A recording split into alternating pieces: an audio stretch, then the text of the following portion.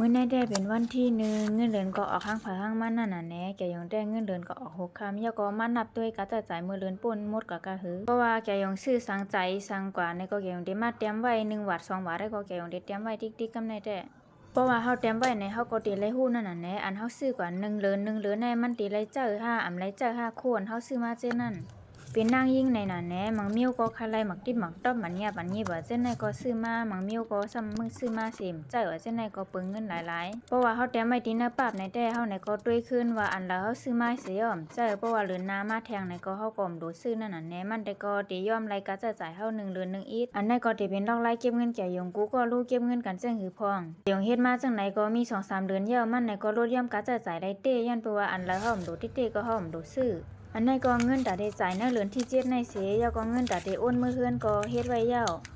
วก็เงินอันเตเก็บไว้ในก็เอาใส่ไว้ที่หน้าปุ้งเรียบร้อย